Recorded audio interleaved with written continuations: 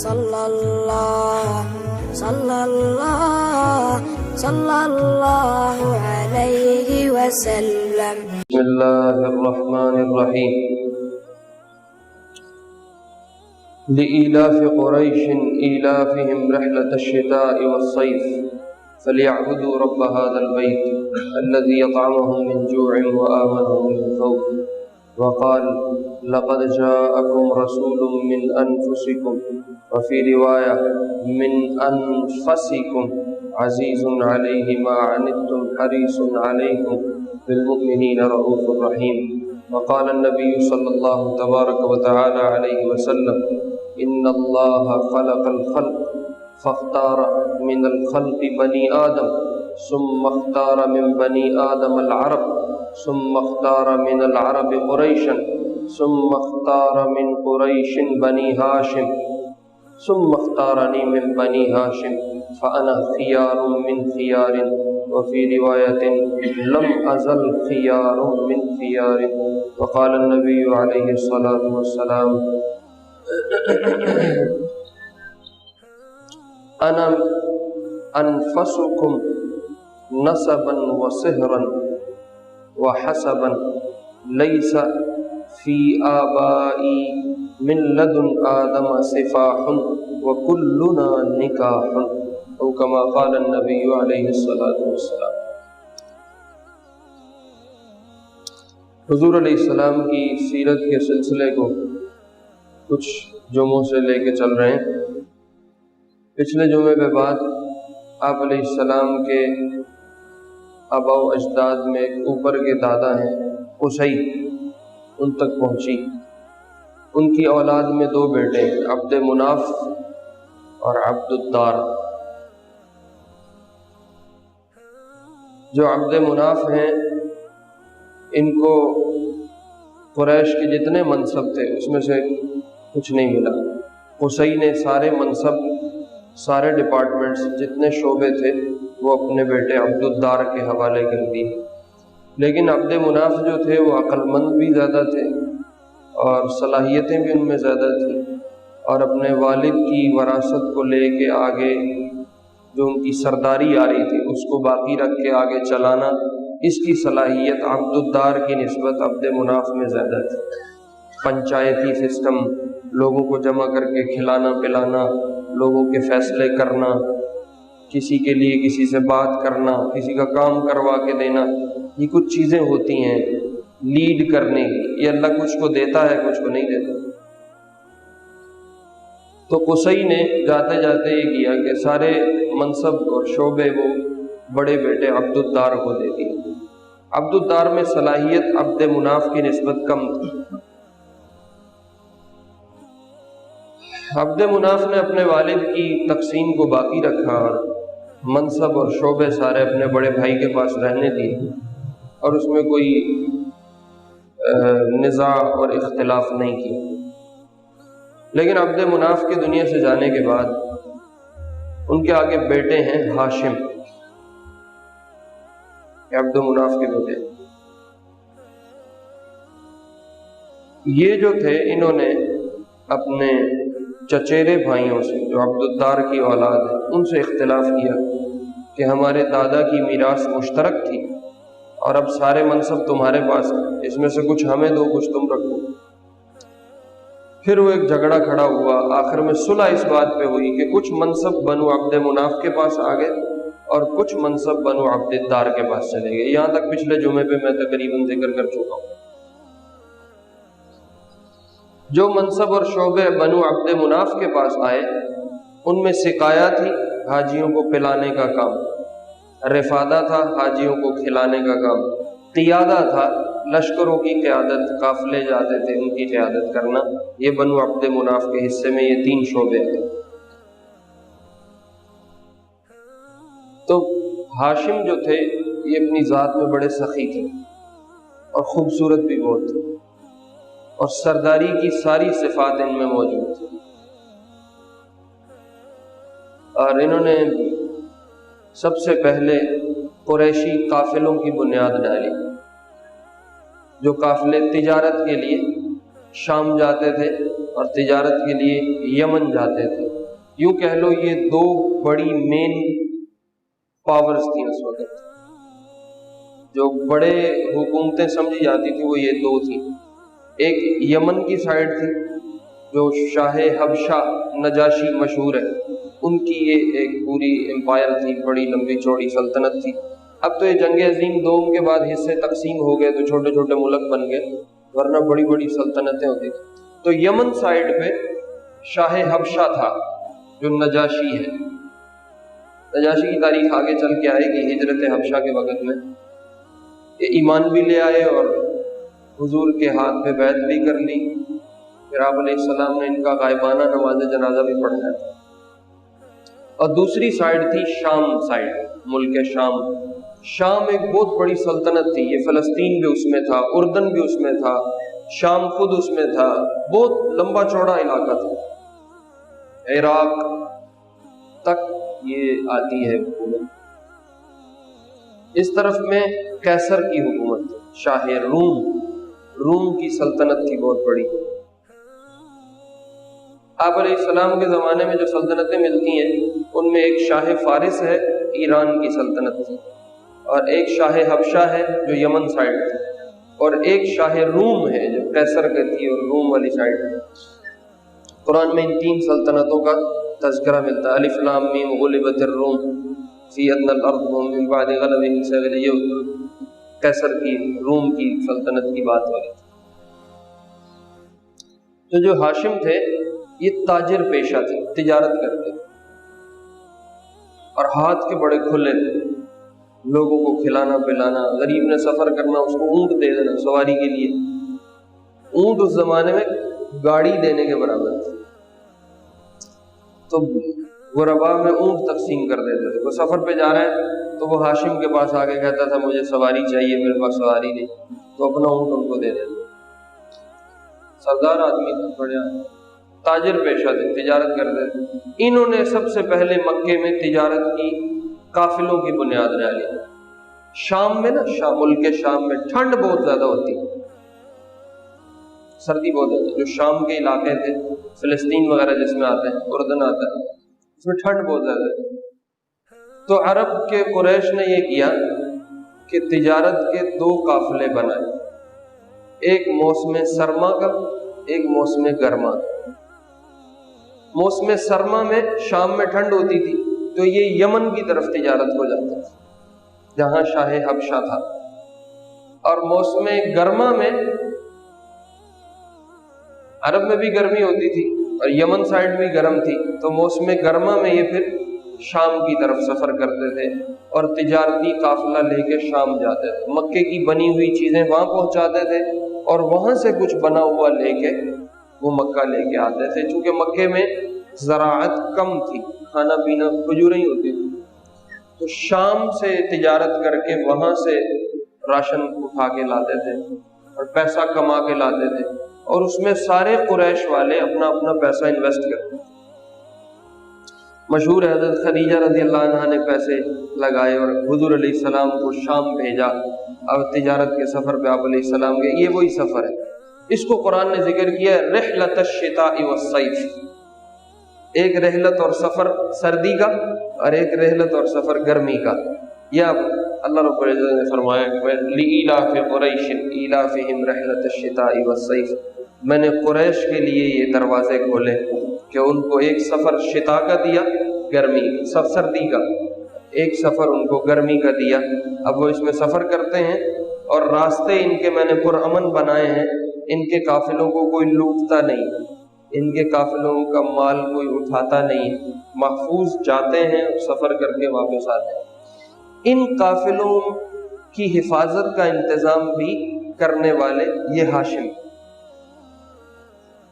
عرب میں کمانے کے ذرائع کم تھے، زراعت بھی کوئی نہیں تھی، اور کوئی بادشاہت یا کوئی سلطنت تو ہے نہیں تھی جہاں نوکری کی جا سکے تو وہ پیسے کمائے جا سکے۔ عرب کے ہاں عموماً کھانے پینے کا انتظام لوٹ کھسوٹ سے ہوتا تھا، لوٹ مار کرو، آتے جاتے قافلے لوٹو اور کھاؤ پیو اور زندگی گزارو، بس یہ ان کا طریقہ تھا۔ جب راشن ختم ہو جانا کو قافلہ لوٹ لینا، کسی مسافر کو لوٹ لینا، اس کا لے آنا، کھانا پینا اٹھا کے، اور جو پیسہ ملنا وہ بھی لے آنا، اس پہ گزارا کرتے ہیں۔ تو قریش کا قافلہ جب شام کو جاتا تھا یا جب یمن کو جاتا تھا تجارت کے لیے، تو ان کو بھی خطرات تھے لوٹ جانے کہ کوئی ہمیں لوٹ لے گا۔ تو یہ جو ہاشم ہیں، انہوں نے جا کے شاہ حبشہ کے ساتھ جو یمن میں تھا، اور شاہ روم کے ساتھ جو قیصر شام میں تھا، ان دونوں سے معاہدے کیے کہ آپ ہمارے قافلے کی حفاظت کریں، مکے سے مدینہ تک، مکے سے روم تک، اور مکے سے یمن تک۔ اس دوران ہمارا قافلہ محفوظ رہے اور تجارتی سامان ہم لے کے پہنچ جائیں، اور وہ سامان ہمارا واپس مکے تک پہنچ جائے۔ اس پہ آپ حفاظت کریں گے، ہم آپ کو اس کا ٹیکس دیں۔ یہ ہاشم نے بنیاد ڈالی۔ پھر انہوں نے ایک یہ کام کیا کہ راستے میں جو قافلے جو قبیلے آتے تھے، ان سب قبیلوں کے ساتھ بھی معاہدے کر دیے کہ آپ ہمارے قافلے کو کچھ نہیں کہیں گے، ہم امن کے ساتھ ہمیں آپ جانے دیں اور ہمیں واپس آنے دیں، ہم جہاں جہاں پڑاؤ ڈالیں گے ہم آپ کے کھانے پینے کا انتظام آپ کو پہنچائیں گے۔ یوں انہوں نے سارے راستوں کو محفوظ کر کے قیصر تک بھی اپنا راستہ سیدھا کیا، اور ادھر یمن، شام، حبشہ تک بھی اپنا راستہ سیدھا کیا۔ یہ ہاشم نے مین بڑے بڑے کام کیے۔ اس راستے کو پرامن بنانے کا اللہ نے قرآن پاک میں ذکر بھی کیا، الذی اطعمہم من جوع وآمنہم من خوف۔ اللہ نے ہی تمہیں بھوک میں کھانا دیا ہے، مطلب مکے میں تو کچھ بھی نہیں تھا، تو جو کھانے پینے کا سامان تمہیں پہنچتا ہے اللہ کے احسان سے پہنچتا ہے۔ وآمنہم من خوف، اور جو تمہیں راستے میں لٹ جانے کا خوف ہے، اس خوف کو بھی تمہارے رب نے امن میں بدلا ہے کہ تمہارے لیے راستے محفوظ بنائے۔ یہ جو ہاشم ہیں، یہ اپنے تجارتی سفر پہ مکہ سے روانہ ہوئے اور شام جا رہے تھے۔ راستے میں یثرب پڑتا ہے، مدینہ تو بعد میں بنا، جب حضور علیہ السلام ہجرت کر کے آئے تو آپ نے اس کو مدینہ کا نام دیا، ورنہ اس کا اصل نام یثرب۔ یثرب کی کھجوریں مشہور تھیں، تو جو قافلے نکلتے تھے مکہ سے، یہ یثرب میں کچھ دیر قیام کرتے تھے اور پھر آگے روانہ ہوتے تھے، اور واپسی پہ بھی کچھ دیر یثرب میں قیام ہوتا تھا اور پھر آگے مکہ ہوتے تھے۔ یہ ہاشم قافلہ لے کے مکے سے نکلے، شام جا رہے ہیں، مدینہ میں پہنچے تو مدینہ کے بازار میں ان کی نظر ایک خاتون پہ پڑی۔ اس خاتون کا نام سلمہ بنت عمر، یہ بنو نجار کی لڑکی تھی۔ بنو نجار ان کا قبیلہ تھا۔ اس قبیلے کو ذہن میں رکھیں، چونکہ آگے جب ہجرت کا آئے گا سلسلہ تو ہجرت میں بنو نجار کا دوبارہ ذکر آتا ہے۔ تو سلمہ بنت عمر بنو نجار کی لڑکی خاتون تھی، 2 بچے ان کے ایک پہلے شوہر سے بھی تھے، اس شوہر سے ان کو یا طلاق ہو گئی یا یہ بیوہ ہو گئی۔ ان پہ ہاشم کی نظر پڑی، تو یہ قد کاٹ والی بھی تھیں، خوبصورت بھی تھیں اور بڑی باحیا تھی۔ عورت کی حیا اور شرم، وہ چاہے دیندار ہو دنیا دار ہو، اس کی اٹھک بیٹھک سے پتہ چل جاتی ہے۔ عورت اگر اپنا آپ چھپانے پہ آئے تو وہ 1000 ننگ دھڑنگ کے ماحول میں بھی اپنا آپ چھپا لیتی، اور اگر عورت اپنے آپ کو دکھانے پہ آئے تو وہ برقعے پہن کے بھی دکھا لیتی۔ تو وہ بڑی با شرم با حیا خاتون تھی، تو ان کو اچھی لگی۔ اس زمانے میں پردہ شردہ تو تھا کوئی نہیں،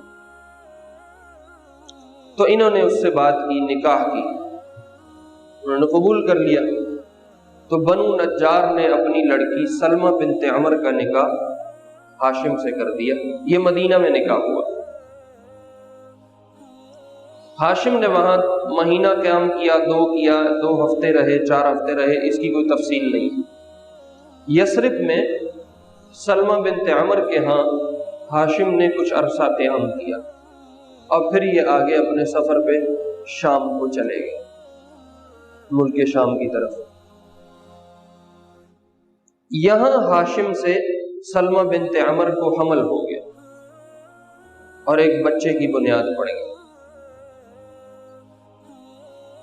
ہاشم کو اللہ کی طرف سے موقع نہیں ملا، وہ شام پہنچ گئے لیکن واپس نہیں آ سکے، اور شام میں ہی ان کا انتقال ہوا۔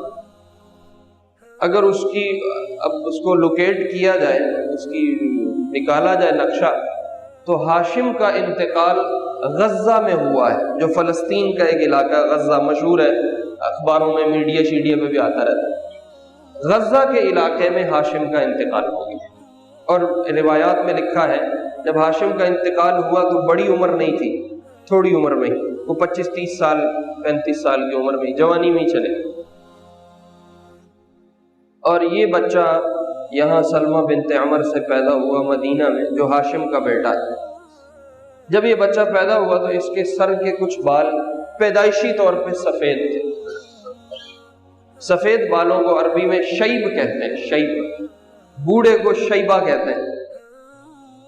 تو ان کی ماں نے، سلمہ بنت عمر نے، اس بچے کے سفید بالوں کو دیکھ کے اس کو کہا شیبہ، تو اس بچے کا نام ہی شیبہ پڑ گیا۔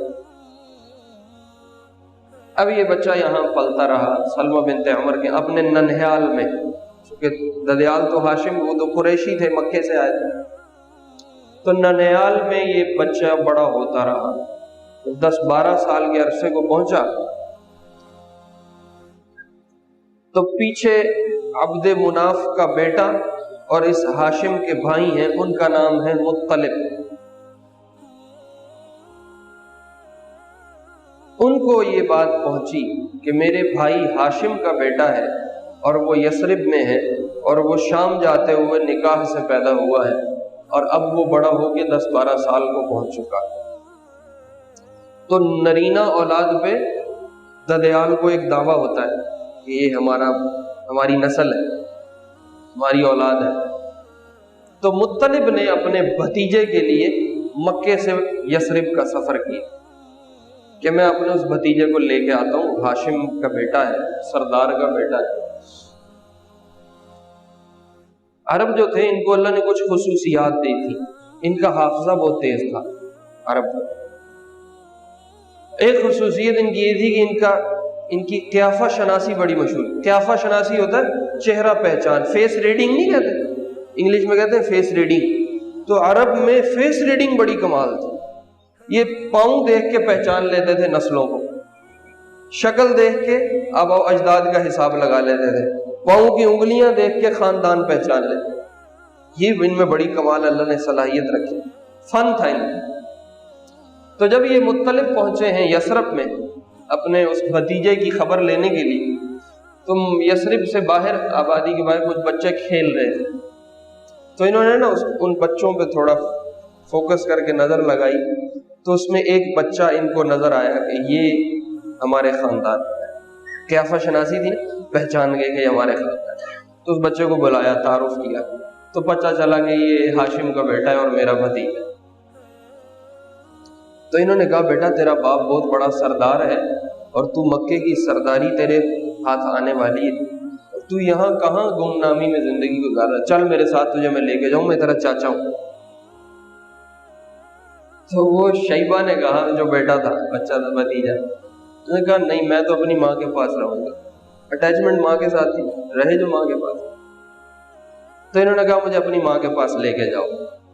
تو شیبہ اپنے اس چاچے مطلب کو لے کے اپنی ماں سلمہ بنت عمر کے پاس گئے، ان سے ملاقات ہوئی۔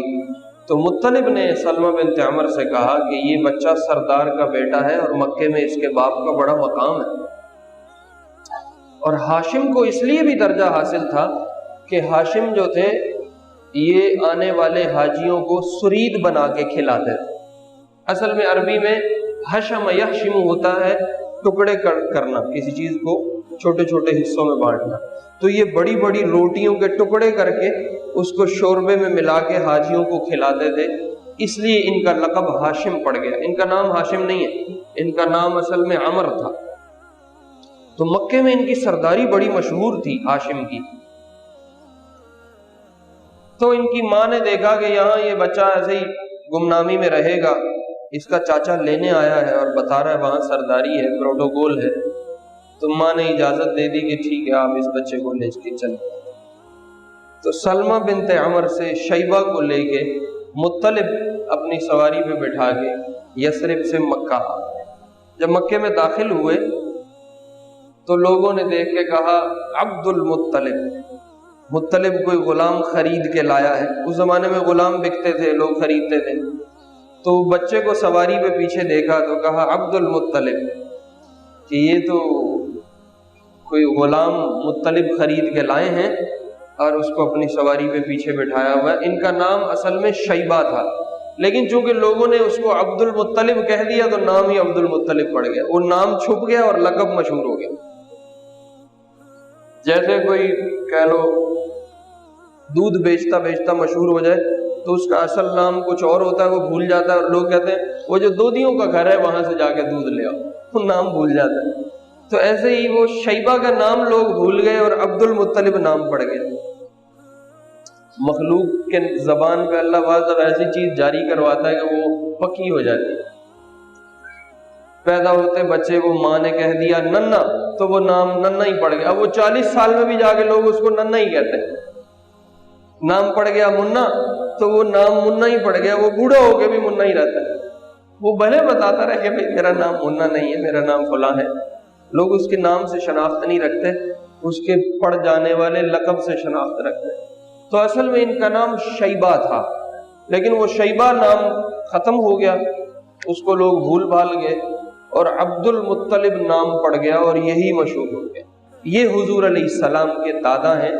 ان سے آگے پھر دو مشہور چیزیں ہیں وہ جڑتی ہیں، اس کو انشاءاللہ اگلے جمعے پہ عرض کروں گا۔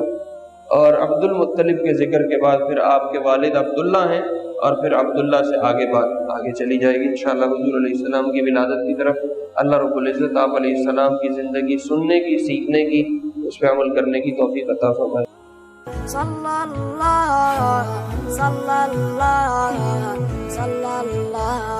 علیہ وسلم۔